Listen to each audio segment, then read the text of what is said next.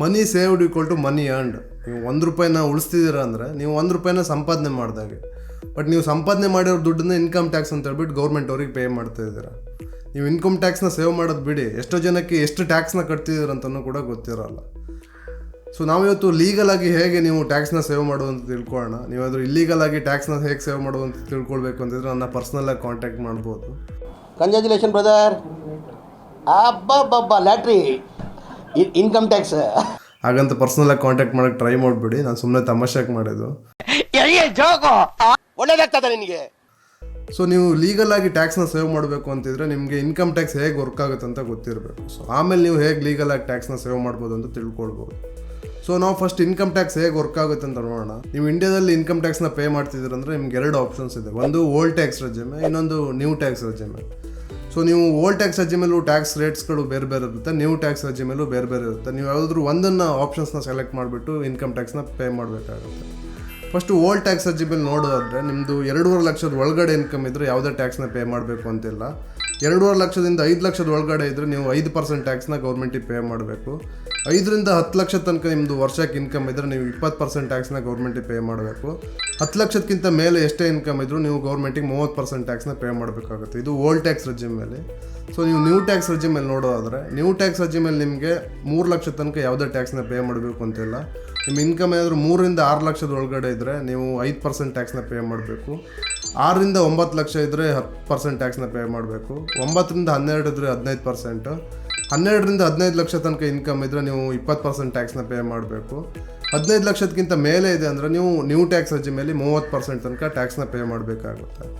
So ನಿಮ್ಗೀಗ ಒಂದು 10 lakh income ಇದ್ದರೆ ನೀವು ಓಲ್ಡ್ ಟ್ಯಾಕ್ಸ್ ರೆಜಿಮನ್ನ ಚೂಸ್ ಮಾಡಿದ್ರೆ ಎಷ್ಟು ಟ್ಯಾಕ್ಸ್ನ ಪೇ ಮಾಡಬೇಕು, ನ್ಯೂ ಟ್ಯಾಕ್ಸ್ ರೆಜಿಮನ್ನ ಚೂಸ್ ಮಾಡಿದ್ರೆ ಎಷ್ಟು ಟ್ಯಾಕ್ಸ್ನ ಪೇ ಮಾಡಬೇಕು ಅಂತ ಕಂಪೇರ್ ಮಾಡಿಬಿಟ್ಟು ನೋಡೋಣ. ಸೊ ಈಗ ನೀವು ಓಲ್ಡ್ ಟ್ಯಾಕ್ಸ್ ರೆಜಿಮೆನ ನೋಡಿದ್ರೆ ನಿಮ್ದೀಗ ಇನ್ಕಮ್ 10 ಲಕ್ಷ ಇರೋದ್ರಿಂದ ನಿಮ್ಮದು 5 to 10 ಲ್ಯಾಕ್ ಏನಿದೆ ಅಂದರೆ 20 ಲ್ಯಾಕ್ಸ್ ಟ್ಯಾಕ್ಸ್ ಬ್ರಾಕೆಟಲ್ಲಿ ಬರುತ್ತೆ.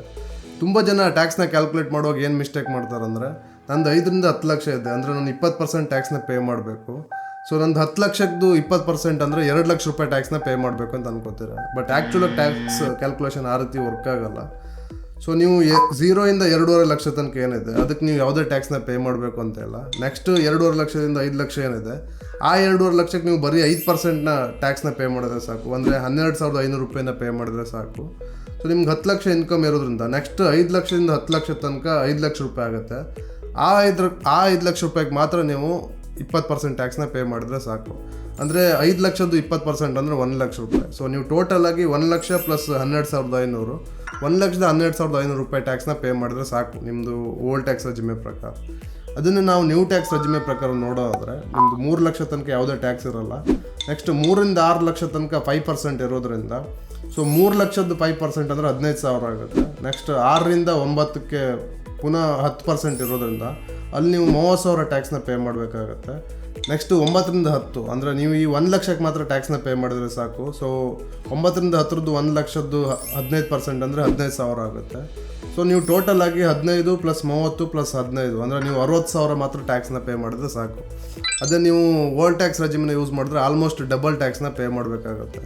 ಸೊ ನೀವೀಗ ಹೇಳ್ಬೋದು ನಾನು ನ್ಯೂ ಟ್ಯಾಕ್ಸ್ ರೆಜಿಮನ್ನೇ ಚೂಸ್ ಮಾಡ್ತೀನಿ, ನ್ಯೂ ಟ್ಯಾಕ್ಸ್ ರೆಜಿಮಲ್ಲಿ ತುಂಬ ಕಮ್ಮಿ ಟ್ಯಾಕ್ಸ್ನ ಪೇ ಮಾಡಬೇಕು ಅಂತ. ಬಟ್ ಅದರಲ್ಲಿ ಒಂದು ಟ್ವಿಸ್ಟ್ ಇದೆ. ಸೊ ಟ್ವಿಸ್ಟ್ ಏನು ಅಂದರೆ ನಿಮಗೆ ಟ್ಯಾಕ್ಸ್ ರೀಬೇಟ್ ಅಂದರೆ ಏನು ಅಂತ ಗೊತ್ತಿಲ್ಲ, ಟ್ಯಾಕ್ಸ್ ಎಕ್ಸಮ್ಷನ್ಸ್ ಅಂದರೆ ಏನು ಅಂತ ಗೊತ್ತಿಲ್ಲ, ಡಿಡಕ್ಷನ್ಸ್ ಅಂದರೆ ಏನು ಅಂತ ಗೊತ್ತಿಲ್ಲ. ಸೊ ರೀಬೇಟ್ ಅಂದರೆ ನೀವು ಎಷ್ಟು ಟ್ಯಾಕ್ಸ್ನ ಪೇ ಮಾಡ್ತಿರೋ ಅದನ್ನು ಗೌರ್ಮೆಂಟ್ ರೀಫಂಡ್ ಮಾಡಿದ್ರೆ ಅದನ್ನು ರೀಬೇಟ್ ಅಂತ ಕರೀತಾರೆ. ಎಕ್ಸಮ್ಷನ್ಸ್ ಅಂದರೆ ಈಗ ನಿಮ್ಮದೊಂದು 10 ಲಕ್ಷ ಇನ್ಕಮ್ ಇದ್ದರೆ ಅದರಲ್ಲಿ ಒಂದು 2 ಲಕ್ಷನ ಗೌರ್ಮೆಂಟ್ ಟ್ಯಾಕ್ಸ್ ಕಟ್ಟೋದು ಬೇಡ ಅಂತ ಹೇಳುತ್ತೆ. ಸೊ ಆಗ ನೀವು ಬರೀ 8 ಲಕ್ಷಕ್ಕೆ ಮಾತ್ರ ಟ್ಯಾಕ್ಸ್ನ ಕಟ್ಟಿದ್ರೆ ಸಾಕಾಗುತ್ತೆ. ಸೊ 2 ಲಕ್ಷ ರೂಪಾಯಿ ಏನು ತೆಗಿತಾರೆ ಅದನ್ನು ಟ್ಯಾಕ್ಸ್ ಎಕ್ಸಮ್ಷನ್ಸ್ ಅಂತ ಕರೀತಾರೆ. ಸೊ ಪುನಃ ಟ್ಯಾಕ್ಸ್ ಎಕ್ಸಮ್ಷನ್ಸ್ ಆದಮೇಲೆ ಪುನಃ ಅದರಲ್ಲಿ ಏನು ಮೈನಸ್ ಮಾಡ್ತಾರೆ. ಈಗ ನೀವು ಎಕ್ಸಮ್ಷನ್ಸ್ 2 ಲಕ್ಷ ಮಾಡಿ 8 ಲಕ್ಷ ಆಗಿದೆ, ಅದರಲ್ಲಿ ಪುನಃ 1 ಲಕ್ಷ ಮೈನಸ್ ಮಾಡಿದ್ರೆ ಅದನ್ನು ಡಿಡಕ್ಷನ್ಸ್ ಅಂತ ಕರೀತಾರೆ. ಎಕ್ಸಮ್ಷನ್ಸ್ ಆದಮೇಲೆ ಏನು ಮೈನಸ್ ಮಾಡ್ತಾರೋ ಅದನ್ನು ಡಿಡಕ್ಷನ್ಸ್ ಅಂತ ಕರೀತಾರೆ. ಕೆಲವರು ಎಕ್ಸಮ್ಷನ್ಸ್ ಮತ್ತು ಡಿಡಕ್ಷನ್ಸ್ ಎರಡು ಒಂದೇ ಅಂತ ಅಂದ್ಕೊಂಡಿರ್ತಾರೆ. ಬಟ್ ಆ್ಯಕ್ಚುಲಿ ಅದೆರಡು ಡಿಫ್ರೆನ್ಸ್ ಇರುತ್ತೆ. ಸೊ ಈಗ ನಾವು ಫಸ್ಟ್ ಓಲ್ಡ್ ಟ್ಯಾಕ್ಸ್ ರೆಜಿಮೆಲ್ಲಿ ನೋಡೋಣ ನಿಮ್ಗೆ ಯಾವುದೆಲ್ಲ ಎಕ್ಸಮ್ಷನ್ಸ್, ಎಷ್ಟು ರಿಬೇಟ್ ಮತ್ತು ಡಿಡಕ್ಷನ್ಸ್ಗಳು ಸಿಗುತ್ತೆ ಅಂತ. ಆಮೇಲೆ ನಾನು ನಿಮ್ಗೆ ಲಾಸ್ಟಲ್ಲಿ ನ್ಯೂ ಟ್ಯಾಕ್ಸ್ ರೆಜಿಮೆದು ಹೇಳ್ತೀನಿ. ಸೊ ನೀವು ಓಲ್ಡ್ ಟ್ಯಾಕ್ಸ್ ರೆಜಿಮೆನ ನೋಡಿದ್ರೆ ನಿಮ್ಮದು ಬೇಸಿಕ್ ಮತ್ತು ಡಿ ಎ ಏನಿದೆ ಅದಕ್ಕೆ ಮಾತ್ರ ನೀವು ಟ್ಯಾಕ್ಸ್ನ ಪೇ ಮಾಡಬೇಕಾಗುತ್ತೆ. ಉಳಿದಿರೋ ಎಷ್ಟು ಸ್ಯಾಲ್ರಿ ನೀವು ಅಲೋವೆನ್ಸ್ ರೀತಿಯಲ್ಲಿ ತೊಗೊಂಡಿರ್ತಾರೋ ಅದು ಯಾವುದಕ್ಕೂ 1 ರೂಪಾಯಿನೂ ಟ್ಯಾಕ್ಸ್ ಪೇ ಮಾಡಬೇಕು ಅಂತಿಲ್ಲ. ಸೊ ನೀವು ಒಂದು HRA ಆಗಿರ್ಬೋದು, LTA ಆಗಿರ್ಬೋದು, ಅಥವಾ ಬೇರೆ ರಿಯಂಬರ್ಸ್ಮೆಂಟ್ಸ್ಗಳಾಗಿರ್ಬೋದು, ಇದು ಯಾವುದಕ್ಕೂ ಟ್ಯಾಕ್ಸ್ನ ಪೇ ಮಾಡಬೇಕು ಅಂತಿಲ್ಲ. ಸೊ ಈಗ ನೀವು ಹೇಳ್ಬೋದು, ನನ್ನ ಎಲ್ಲ ಸ್ಯಾಲ್ರಿನೂ ನಾನು HRAನೇ ತಗೋತೀನಿ, ನಾನು ಬೇಸಿಕ್ಸ್ ಮತ್ತು DA ತಗೊಳ್ಳೋದೇ ಇಲ್ಲ ಅಂತ. ಬಟ್ ಆ್ಯಕ್ಚುಲಾಗಿ ಆ ರೀತಿ ತಗೊಳಕ್ಕಾಗಲ್ಲ. ಗೌರ್ಮೆಂಟ್ ಅವ್ರದ್ದು ಅದಕ್ಕೂ ಕೂಡ ರೂಲ್ಸ್ ಇದೆ. ನೀವು ಮೆಟ್ರೋ ಸಿಟೀಸಲ್ಲಿದ್ದರೆ, ಅಂದರೆ ಬ್ಯಾಂಗ್ಳೂರಲ್ಲಿದ್ದರೆ ನೀವು, ಅಥವಾ ಬೇರೆ ಮೆಟ್ರೋ ಸಿಟೀಸಲ್ಲಿದ್ದರೆ ನಿಮಗೆ 50% ತನಕ ನೀವು HRAನ ತಗೊಳ್ಬೋದು ನಿಮ್ಮ ಸ್ಯಾಲ್ರಿಯಲ್ಲಿ. ಬೇರೆ ಹೊರಗಡೆ ಬೇರೆ ಚಿಕ್ಕ ಸಿಟೀಸ್ ಇದ್ದರೆ 40% ತನಕ ಸ್ಯಾಲ್ರಿನ HRAಲ್ಲಿ ತಗೊಳ್ಬೋದು. ಸೊ ಅದರಲ್ಲಿ ಕೂಡ ಗೌರ್ಮೆಂಟ್ ಅವ್ರದ್ದು 3 ಕಂಡೀಷನ್ಸ್ ಇದೆ. ಸೊ ಆ 3 ಕಂಡೀಷನ್ಸ್ದು ಕ್ಯಾಲ್ಕುಲೇಷನ್ ನಾನು ಇಲ್ಲಿ ಹಾಕಿರ್ತೀನಿ. ನಿಮ್ಗೆ ಈಗ ಒಂದು 10 ಲಕ್ಷ ಇನ್ಕಮ್ ಇದೆ ಅಂತ ಅಂದ್ಕೊಳ್ಳಿ. ಸೊ ಆ ಕ್ಯಾಲ್ಕುಲೇಷನ್ ನೋಡಿ, ಆ 3 ಕಂಡೀಷನ್ಸಲ್ಲಿ ಯಾವುದರಲ್ಲಿ ಮಿನಿಮಮ್ ಅಮೌಂಟ್ ಬರುತ್ತಾ ಇರುತ್ತೋ, ಅಂದರೆ ಕಮ್ಮಿ ಅಮೌಂಟ್ ಬರ್ತಾ ಇರುತ್ತೋ ಅಷ್ಟು ಮಾತ್ರ ನಿಮ್ಗೆ ಟ್ಯಾಕ್ಸಿಂದ ಎಕ್ಸಮ್ಷನ್ಸ್ ಆಗ್ತಾ ಇರುತ್ತೆ. ಸೊ ಈಗ ನಿಮ್ಗೊಂದು 10 ಲಕ್ಷ ಇನ್ಕಮ್ ಇದೆ ಅಂದರೆ ನೀವು 4.25 ಲಕ್ಷ ತನಕ HRAನ ಕ್ಲೈಮ್ ಮಾಡ್ಬೋದು. HRA ಅಂದರೆ ಹೌಸ್ ರೆಂಟಲ್ ಅಲೋವೆನ್ಸ್ ಅಂತ ಅರ್ಥ. ಸೊ ನೀವು ಬ್ಯಾಂಗ್ಳೂರಲ್ಲಿದ್ದರೆ ಅಥವಾ ಯಾವುದೋ ಸಿಟಿಲಿದ್ದರೂ ಕೂಡ ನೀವು ಮನೆಗೆ ಬಾಡಿಗೆನ ಕಟ್ತಾ ಇರ್ತೀರ. ಸೊ ನಾವು ಬೇರೆ ಅಲೋವೆನ್ಸ್ನೆಲ್ಲ ಕನ್ಸಿಡರ್ ಮಾಡಲ್ಲ. ಸೊ ಎಲ್ಲರೂ ಕಾಮನ್ನಾಗಿ ರೆಂಟ್ನ ಪೇ ಮಾಡೋದ್ರಿಂದ ಇದನ್ನೇ ನಾನು ಕನ್ಸಿಡರ್ ಮಾಡ್ತೀನಿ. ಸೊ ಈಗ ನೀವು HRA ನೀವು 4.25 ಲಕ್ಷ ತನಕ ಕ್ಲೈಮ್ ಮಾಡೋದು ಬೇಡ. ಸೊ ನೀವು ನಾರ್ಮಲಾಗಿ HRAನ ಕ್ಲೈಮ್ ಮಾಡ್ತಿದ್ದೀರ ಅಂದರೆ ನೀವು 1 ಲಕ್ಷಕ್ಕಿಂತ ಮೇಲೆ ಕ್ಲೈಮ್ ಮಾಡ್ತಿದ್ರೆ ನಿಮ್ಮದು ಹೌಸ್ ಓನರ್ದು ಪಾನ್ ಕಾರ್ಡ್ನ ಸಬ್ಮಿಟ್ ಮಾಡಬೇಕಾಗುತ್ತೆ. 1 ಲಕ್ಷದ ಒಳಗಡೆ ಇದ್ದರೆ ನೀವು ಬರೀ ರಿಸಿಪ್ಟ್ಸ್ನ ಸಬ್ಮಿಟ್ ಮಾಡಿದ್ರೆ ಸಾಕಾಗುತ್ತೆ. ಸೊ ಈಗ ನಾವೀಗ ನಾರ್ಮಲಾಗಿ ತಿಂಗಳಿಗೆ ನಾನೊಂದು 20,000-25,000 ಸಾವಿರ ರೆಂಟ್ನ ಕಟ್ತಿದ್ದೀನಿ ಅಂತ ಅಂದ್ಕೊಂಡ್ರು ನಾನು ವರ್ಷಕ್ಕೊಂದು 2-2.5 ಲಕ್ಷ ತನಕ ಎಕ್ಸಮ್ಷನ್ಸ್ನ HRAಲ್ಲಿ ಕ್ಲೈಮ್ ಮಾಡ್ತೀನಿ ಅಂತ ಅಂದ್ಕೊಳ್ಳಿ. ಸೊ ಈಗ ನಂದು ಇನ್ಕಮ್ 10 ಲಕ್ಷ ಇತ್ತು, ನಾನೀಗ 2.5 ಲಕ್ಷ ತನಕ HRAನ ಕ್ಲೈಮ್ ಮಾಡ್ತೀನಿ ಅಂತ ಅಂದ್ಕೊಳ್ಳಿ. ಸೊ ಆಗ ನಂದು ಟೋಟಲ್ ಟ್ಯಾಕ್ಸೇಬಲ್ ಇನ್ಕಮ್ ಏನಾಗುತ್ತೆ, 7.5 ಲಕ್ಷ ಆಗುತ್ತೆ. ಸೊ 2.5 ಲಕ್ಷ ನನ್ನ ಟ್ಯಾಕ್ಸಿಂದ ಎಕ್ಸಮ್ಷನ್ಸ್ ಆಗುತ್ತೆ. ನಾನು 7.5 ಲಕ್ಷಕ್ಕೆ ಮಾತ್ರ ಟ್ಯಾಕ್ಸ್ ಕಟ್ಟಿದ್ರೆ ಸಾಕಾಗುತ್ತೆ. ಸೊ ಇದು ಬಿಟ್ಟು ಕೂಡ ನಿಮ್ಗೆ ಬೇರೆ ಎಕ್ಸಮ್ಷನ್ಸ್ಗಳಿರುತ್ತೆ. ನೀವು ಸೆಕ್ಷನ್ 80C ಪ್ರಕಾರ 1.5 ಲಕ್ಷ ತನಕ ನೀವು PPF ಅಂದರೆ ಪಬ್ಲಿಕ್ ಪ್ರಾವಿಡೆಂಟ್ ಫಂಡ್ಸಲ್ಲಿ ಇನ್ವೆಸ್ಟ್ ಮಾಡಿದ್ರೆ ನಿಮ್ಗೆ 1.5 ಲಕ್ಷ ತನಕ ಪುನಃ ಎಕ್ಸಮ್ಷನ್ಸ್ ಸಿಗುತ್ತೆ. ನೀವು ಅದು ಬಿಟ್ಟು ನೀವು ಸುಕನ್ಯಾ ಸಮೃದ್ಧಿಯಲ್ಲಿ ಇನ್ವೆಸ್ಟ್ ಮಾಡ್ಬೋದು, ಅಥವಾ ELSS ಫಂಡ್ಸಲ್ಲಿ ಇನ್ವೆಸ್ಟ್ ಮಾಡ್ಬೋದು, ಅಥವಾ ನೀವು ಮಕ್ಕಳು ಟ್ಯೂಷನ್ ಫೀಸ್ನ ಕಟ್ತಾ ಇದ್ದರೆ ಅದನ್ನು ಕೂಡ ನೀವು ಈ ಸೆಕ್ಷನ್ 80Cಯಲ್ಲಿ ಕ್ಲೈಮ್ ಮಾಡ್ಬೋದು. ಸೊ ಈಗ ನೀವೊಂದು 1.5 ಲಕ್ಷನ PPFಲ್ಲಿ ಇನ್ವೆಸ್ಟ್ ಮಾಡಿದ್ರೆ ನಿಮಗೆ 8% ತನಕ ಇಂಟ್ರೆಸ್ಟ್ ಕೂಡ ಕೊಡ್ತಾರೆ. ಮತ್ತು ಇಂಟ್ರೆಸ್ಟ್ ಮೇಲೆ ಕೂಡ ಯಾವುದೋ ಟ್ಯಾಕ್ಸ್ನ ಕಟ್ಟಬೇಕು ಅಂತಿಲ್ಲ.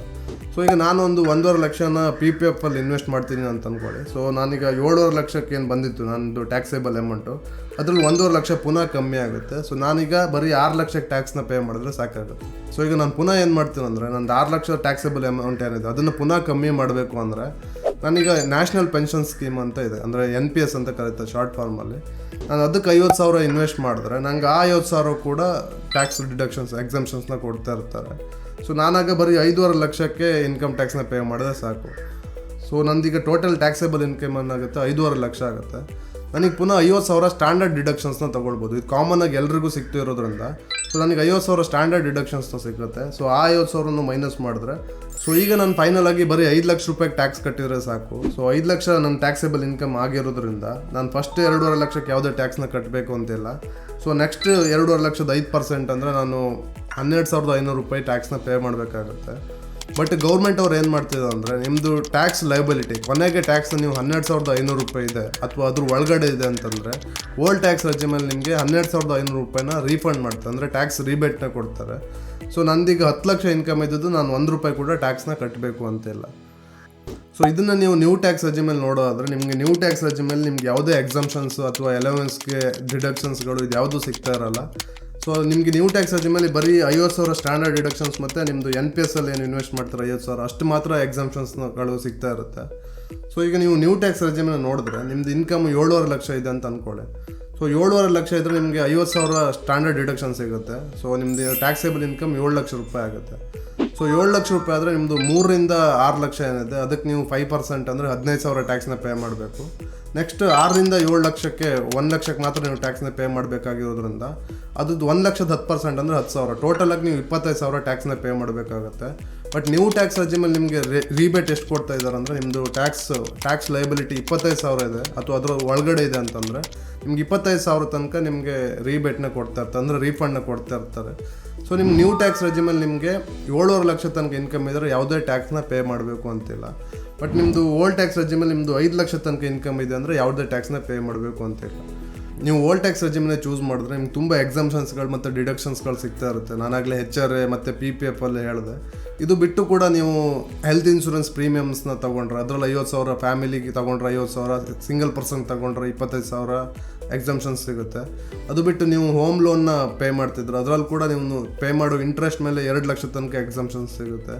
ಮತ್ತು ನೀವು ನಿಮ್ಮ ಸ್ಟೂಡೆಂಟ್ಸ್ ಏನಾದರೂ ಎಜುಕೇಷನ್ ಮಾಡ್ತಿದ್ರೆ ಅಥವಾ ಹಾಸ್ಟೆಲಲ್ಲಿದ್ದರೆ ಅದರದ್ದು ಕೂಡ ಎಕ್ಸಾಮ್ಷನ್ಸ್ ಸಿಗುತ್ತೆ. ಸೊ ಈ ರೀತಿ ನಿಮಗೆ ತುಂಬ ಓಲ್ಡ್ ಟ್ಯಾಕ್ಸ್ ರೆಜಿಮ್ ಮೇಲೆ ತುಂಬ ಎಕ್ಸಾಮ್ಷನ್ಸ್ ಮತ್ತು ಡಿಡಕ್ಷನ್ಸ್ ಇರುತ್ತೆ. ಸೊ ನಿಮ್ಗೆ ಇದನ್ನೆಲ್ಲ ಕ್ಲೈಮ್ ಮಾಡೋಕ್ಕೆ ಸಾಧ್ಯ ಇದ್ದರೆ ನೀವು ಓಲ್ಡ್ ಟ್ಯಾಕ್ಸ್ ರೆಜಿಮನ್ನೇ ಚೂಸ್ ಮಾಡ್ಬೋದು. ನಾನು ಅದನ್ನೆಲ್ಲ ಕ್ಲೈಮ್ ಮಾಡಲ್ಲ, ನಾನು ಇನ್ಕಮ್ ಟ್ಯಾಕ್ಸ್ನ ಸೀದಾ ಪೇ ಮಾಡ್ತೀನಿ, ನನಗೆ ಅದೆಲ್ಲ ಆಪ್ಷನ್ಸ್ ಇಲ್ಲ ಅಂತಿದ್ರೆ ನೀವು ನ್ಯೂ ಟ್ಯಾಕ್ಸ್ ರೆಜಿಮನ್ನೇ ಚೂಸ್ ಮಾಡ್ಬೋದು. ನಿಮಗೆ ಟ್ಯಾಕ್ಸ್ ರೇಟ್ ಇದ್ರಲ್ಲಿ ಕಮ್ಮಿ ಆಗಿರೋದ್ರಿಂದ ನೀವು ಕಮ್ಮಿ ಟ್ಯಾಕ್ಸ್ನ ಪೇ ಮಾಡ್ಬೋದು. ಸೊ ನಾನು ಸಿಂಪಲ್ಲಾಗಿ ನಿಮಗೆ ಹೇಗೆ ಟ್ಯಾಕ್ಸೇಷನ್ ವರ್ಕ್ ಆಗುತ್ತೆ, ಹೇಗೆ ಟ್ಯಾಕ್ಸ್ನ ಸೇವ್ ಮಾಡ್ಬೋದು ಅಂತ ಹೇಳಿದ್ದೇನೆ. ಸೊ ನಿಮ್ಗೇನಾದರೂ ಡೌಟ್ಸ್ ಇದ್ದರೆ ಕಮೆಂಟ್ ಸೆಕ್ಷನಲ್ಲಿ ಕೇಳ್ಬೋದು, ನಾನು ಅದಕ್ಕೆ ರಿಪ್ಲೈ ಮಾಡ್ತೀನಿ. ನೀವು ಇಲ್ಲಿ ತನಕ ಈ ವಿಡಿಯೋನ ನೋಡಿದ್ದೀರಂದರೆ ನಿಮಗೆ ಈ ವಿಡಿಯೋ ಹೆಲ್ಪ್ಫುಲ್ ಆಗಿದೆ ಅಂತ ಅರ್ಥ. ಸೊ ಇದೇ ರೀತಿ ಹೆಲ್ಪ್ಫುಲ್ ವೀಡಿಯೋಸ್ಗಳಿಗಾಗಿ ನಮ್ಮ ಚಾನಲ್ನ ಸಬ್ಸ್ಕ್ರೈಬ್ ಮಾಡಿ ಮತ್ತು ಬೆಲ್ ಐಕಾನ್ನ ಕ್ಲಿಕ್ ಮಾಡಿ.